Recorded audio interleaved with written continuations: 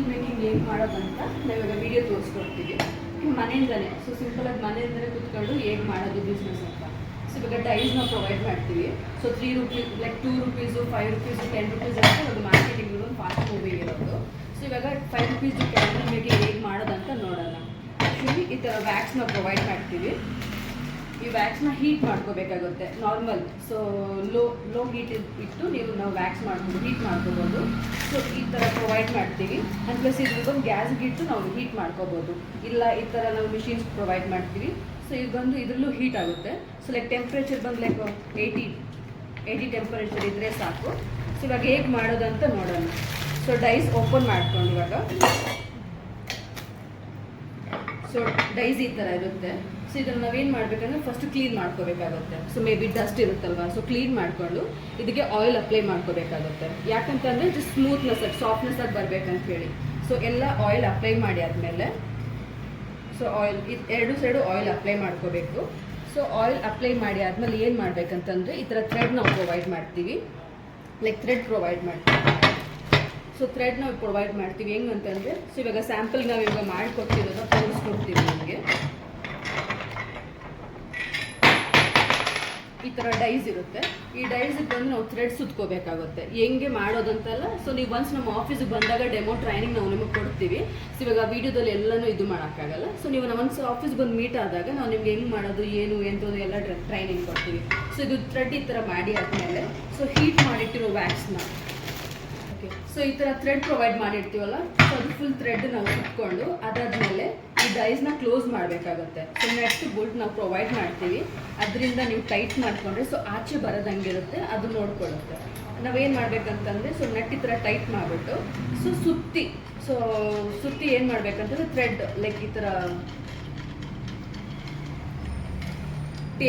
Tape ಇಟ್ಕೊಂಡು ಟೇಪ್ನ ಸುತ್ಕೊಂಡ್ರೆ ಸಾಕು. So ಅದೇನಂತಂದ್ರೆ like ಅದು ಆಚೆ ಬರದಂಗೆ ಅದು ತಡೆಯುತ್ತೆ ಅಷ್ಟೇ. ಸೊ ಇದು ಯಾಕೆ ನಾವು ಈ ಥರ ಪ್ಲಾಸ್ಟರ್ ಹಾಕ್ತಿದ್ದೀವಿ ಅಂತಂದರೆ ಸೊ ಆಚೆ ಬರದೇ ಇರೋಕ್ಕೆ. ಯಾಕಂತಂದರೆ ನಾವು ಬಂದು ಇಲ್ಲಿ ಕ್ಯಾಂಡಲ್ನ ಹೀಟ್ ಮಾಡಿ ಸೊ ನಾವು ಇದು ಹಾಕ್ತೀವಲ್ವ, ಸೊ ಆಚೆ ಬರದಂಗೆ ಇರೋಕ್ಕೆ ನಾವು ಈ ಥರ ಸ್ಟಿಕ್ ಮಾಡ್ಕೋಬೇಕಾಗುತ್ತೆ.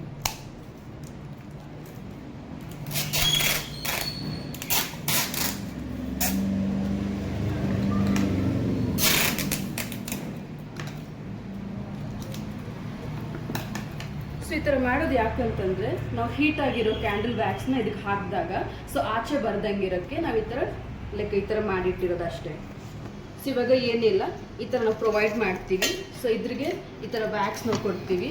ಈ ವ್ಯಾಕ್ಸ್ನ ಬಂದು ಸೊ ನಾರ್ಮಲ್ ಹೀಟಿಂದನೇ ಸೊ ನಾರ್ಮಲ್ ಟೆಂಪ್ರೇಚರಿಂದನೇ ಹೀಟ್ ಮಾಡಿ ಸೊ ಇದಕ್ಕೆ ನಾವು ಸೊ ಇವಾಗ ಸುತ್ತಿ ನಾವು ಇದನ್ನು ಟೇಪ್ ಹಾಕ್ಕೊಳ್ಳೋದು ಯಾಕಂತಂದರೆ ಸೊ ವ್ಯಾಕ್ಸ್ ಆಚೆ ಬರ್ದಂಗೆ ತಡೆಯೋಕ್ಕೆ. ಯಾಕಂತಂದರೆ ವ್ಯಾಕ್ಸ್ ಆಚೆ ಬರುತ್ತೆ. ಸೊ ಅದಕ್ಕೋಸ್ಕರ ನೀವು ಟೇಪ್ ಹಾಕ್ಕೊಂಡ್ರೆ ಸುತ್ತಿ ನಿಮಗೆ ವ್ಯಾಕ್ಸ್ ಆಚೆ ಬರಲ್ಲ. ಸೊ ಅದಕ್ಕೋಸ್ಕರ ಈ ಟೇಪ್ನ ನಾವು ಹಾಕ್ತಿರೋದು ಅಷ್ಟೇ, ಬೇರೆ ಏನಕ್ಕೆ ಇಲ್ಲ. ಸೊ ಈ ಟೇಪ್ನ ಹಾಕಿ ಸೊ ನಾವು ಮೆಲ್ಟ್ ಮಾಡಿರೋ ವ್ಯಾಕ್ಸ್ ಇರುತ್ತಲ್ವ, ಮೆಲ್ಟ್ ಮಾಡಿರೋ ವ್ಯಾಕ್ಸ್ನ ಏನು ಮಾಡಬೇಕಂತಂದರೆ ಸೊ ಇದಕ್ಕೆ ಹಾಕ್ಕೋಬೇಕಾಗುತ್ತೆ. ಸೊ ಹಾಕಿ ಲೈಕ್ ನಾವು ಡ್ರೈ ಮಾಡಿದ್ರೆ ಸಾಕು.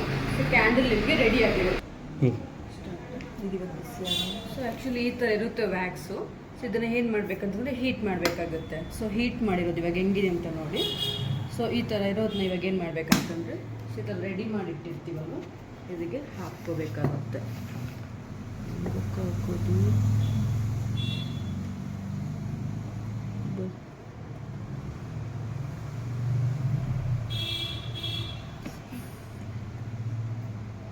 ಎಲ್ಲ ಕೆಳಗೆ ಬರ್ತಿದ್ರು.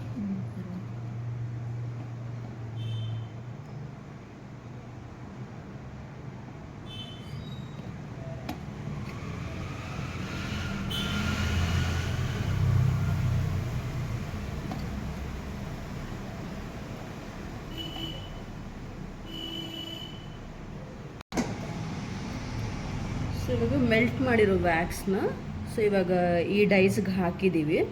ಸೊ ಎಲ್ಲ ಕರೆಕ್ಟಾಗಿ ಹಾಕಿದ್ದೀವಿ. ಒಂದು 5-10 ಮಿನಿಟ್ಸ್, ಒಂದು 10 ಮಿನಿಟ್ಸ್ ಎಲ್ಲದು ಸೊ ನಾರ್ಮಲ್ ಆಗಿ ಕ್ಯಾಂಡಲ್ ಪ್ರಿಪೇರ್ ಆಗಿರುತ್ತೆ.